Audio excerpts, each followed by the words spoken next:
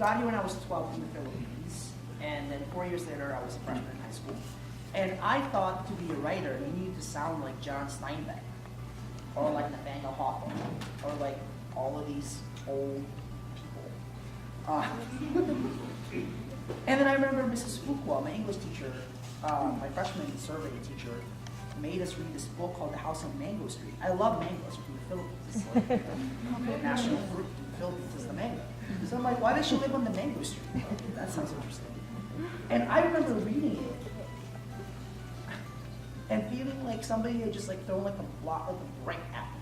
Like, it just sounded so different, right? Like it's almost as if she created her own world, and the words and the phrases and the dialogue had texture. Like it came from somewhere. I don't know where the hell it came from, but it came from somewhere.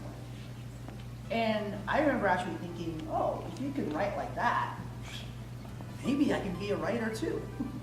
I was deluded thinking that.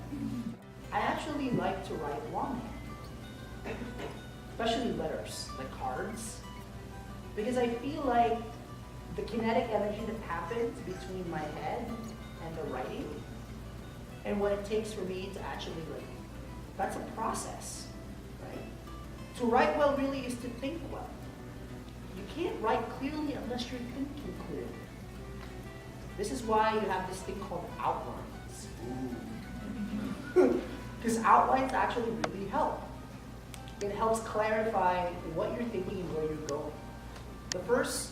Usually I have a lot of questions when I start to write. The first two questions I have is, what is the theme of this? If I could sum up in one word what the theme is of what I'm writing, what would that be, right? And then the second question I ask myself is, where am I ending? What's my last sentence? Where am I taking you? And for me to answer those two things, I really need to outline. I really need to figure out what I have.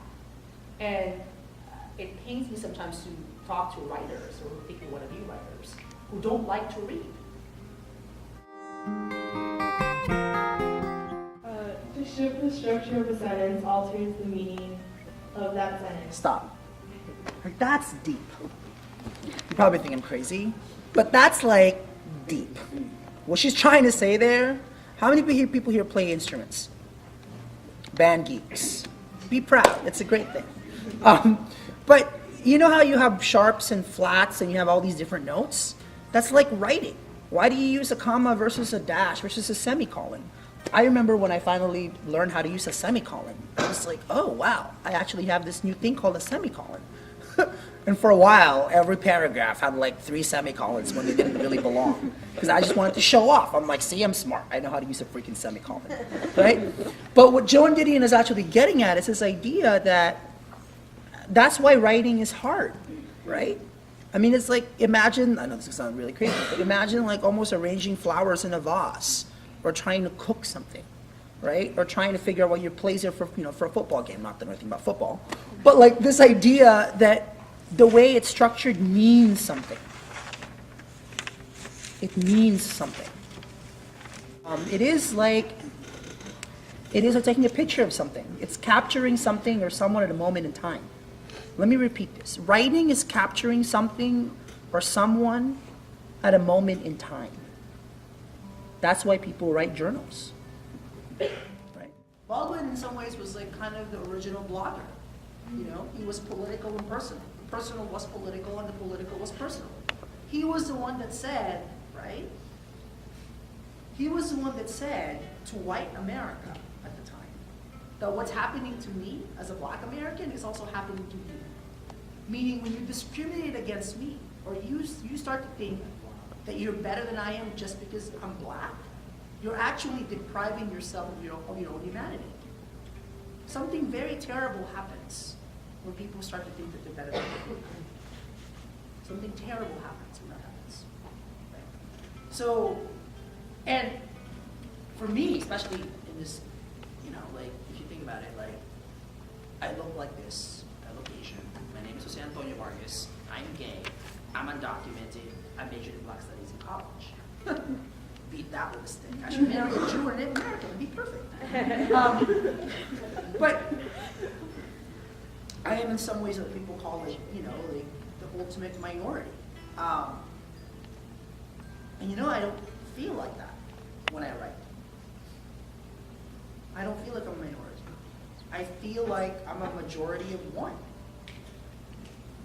I feel like I'm forcing you or whoever is reading it to say that this is who I am. I come to you in full, right? I don't come to you as the gay Jose or the undocumented Jose or the Filipino Jose or the wannabe black Jose or whatever. I come to you in one, as one. Hobbies, Starbucks, hobbies. I like probably music a lot. Like I go to a lot of jazz concerts. I live in New York, so I live in the Village, you know, and so there's a lot of jazz clubs near NYU that I really like. I like music a lot. If I were talented, I want to be a musician. It's a lot like writing, really. And my favorite thing to do is probably people watch. Probably my favorite thing to do. That's probably why I love New York so much, because there's so many people. It's like, whenever I feel depressed or stressed out, because I'm feeling a lot more stressed out lately, right? I just walk outside my apartment and I look around and I feel utterly irrelevant. I feel like one little dot, right? And it makes me feel like, Jose, dude, cheer up.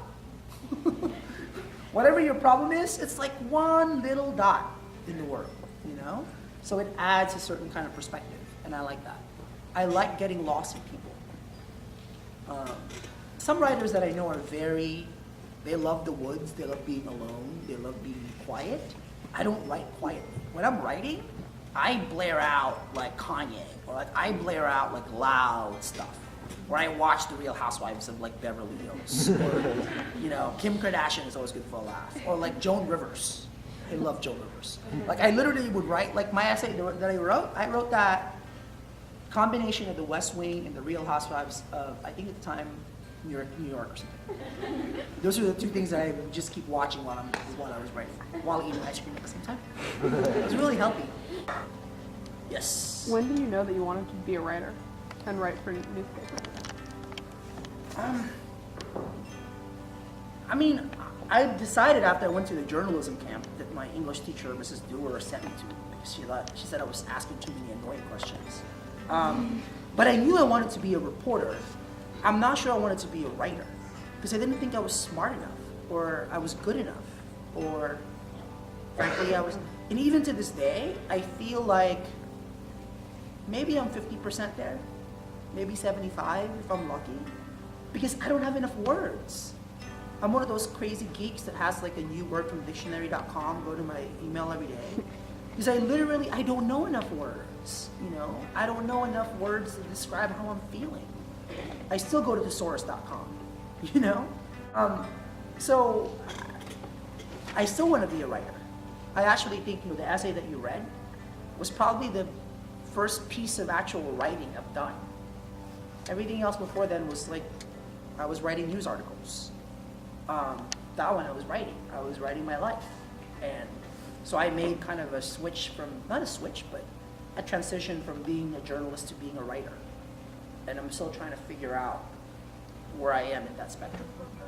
Never had so much again, and threw it all away. And if I ever had the chance again, I'll probably do the same.